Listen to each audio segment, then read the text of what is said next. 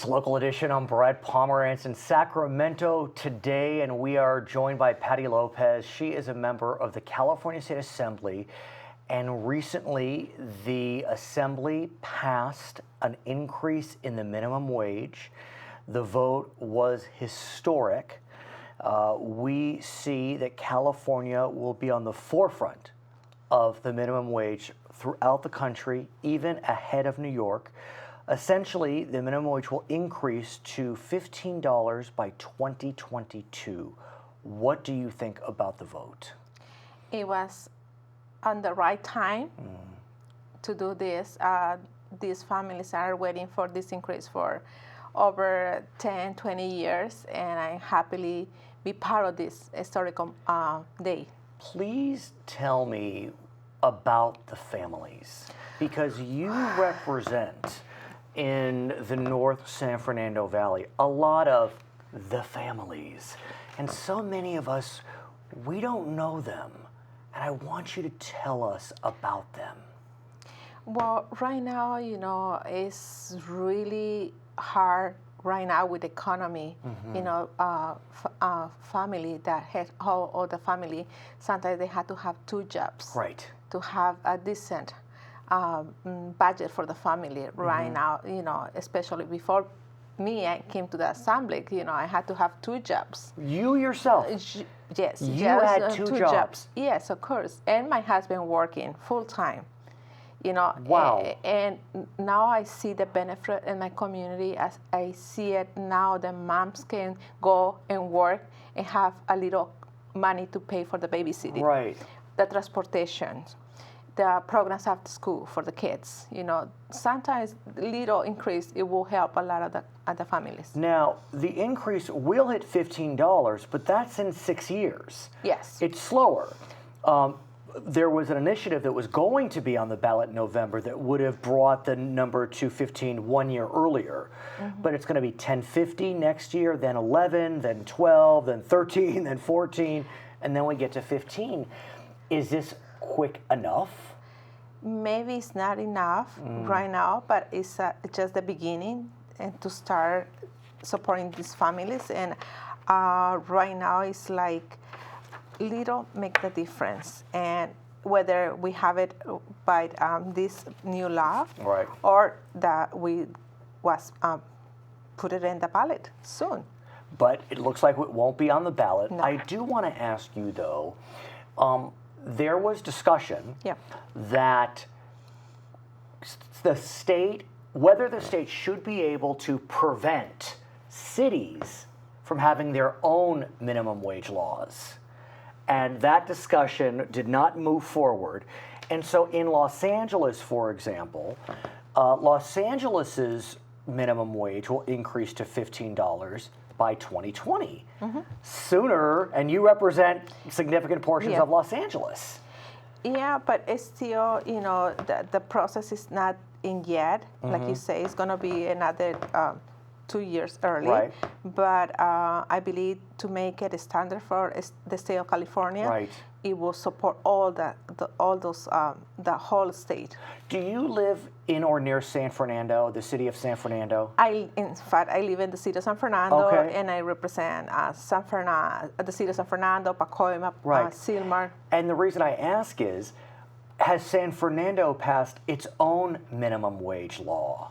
Not yet. So for residents in San Fernando, your district, they may not get, or they won't get the benefits of Los Angeles's increase. No. So do you think that that's a problem? It is. It is. I feel like we had to give the same opportunity to have the same salary. So even though you're not on the San Fernando City Council, are you planning to speak with folks in San Fernando? Because, for example, when Los Angeles passed its minimum wage, other cities started to follow. Of course. And so is it time for San Fernando to follow? I believe so. And I'm being really active in the city council. Saying I'm gonna, in fact, soon we're gonna have a meeting with a local business in the city of San Fernando, and maybe it's gonna be the time to discuss this new law. What do they think? Are they nervous? The small business are nervous, but at the same way they understand. They understand the need. What about restaurants? Because that always seems to be the industry that gets the most fearful of minimum wage increases. It is, but in the same way, at the end of the day, the customers are the ones pay the cost for the increase. So what do you think of that? Because look, you said it, the economy's tight. It's getting better, but it's still difficult. And so is now the time to do something that will cause food prices to go up, restaurant prices to go up? Well, all the time the prices go up. Everything, the rent is up. And now the salary of the families is not increased yet. Right. And it's not going to increase right now. So the drastic that is going to impact to the business. I want to ask about the vote. The vote passed strictly with Democratic support. No Republicans voted in favor of the increase, as I understand it. Yes. What do you think of that? I wish I can see it, more Republicans see it in the side for the families. I know most of the Republicans are pro-business, and I believe also to support the local businesses. But if the people have more money in the pocket, they're going to spend more money. Right. What was interesting about those that opposed the initiatives, they were fearful of the increase, but they at least liked that there would be uniformity. Oh, yeah. So that didn't seem, though, to push the Republicans in favor of the minimum wage, because at least there would have been uniformity. You know, it's hard to understand the way the voting. Right. But, you know, at least in my end, I had to raise. I wasn't planning to raise and speak about that, supporting the bill. Did you speak? Yes, I did. How was that for you? It was interesting because, you know, one of the members for the Republican mentioned that referring more to the people that don't speak the language, or they come to family functions and all that. And I feel offended when she mentioned that those people, they're not worth it because they don't have that education to get that increase. Because, look, you represent the San Fernando Valley, Exactly. but you also represent people who may not speak the language as well as others. You know, regardless of whether they're actually your constituent, it's a very unique situation that you have. 10 million immigrants in the state of California I represent.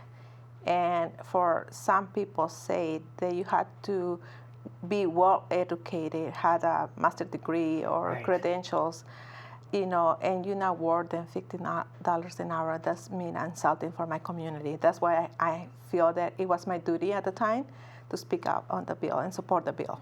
So how does it make you feel that you are that representative for, I mean, look, there are many people who are either immigrants themselves, but there's something unique about you. Well, in my case, I represent the moms. I represent the people. They're not maybe not so active in the political arena, but they've been paid their dues like myself. I've been in this country for over 40 years. I've been working really hard to provide for my family, be a good citizen, and now I had the opportunity to be the voice for them.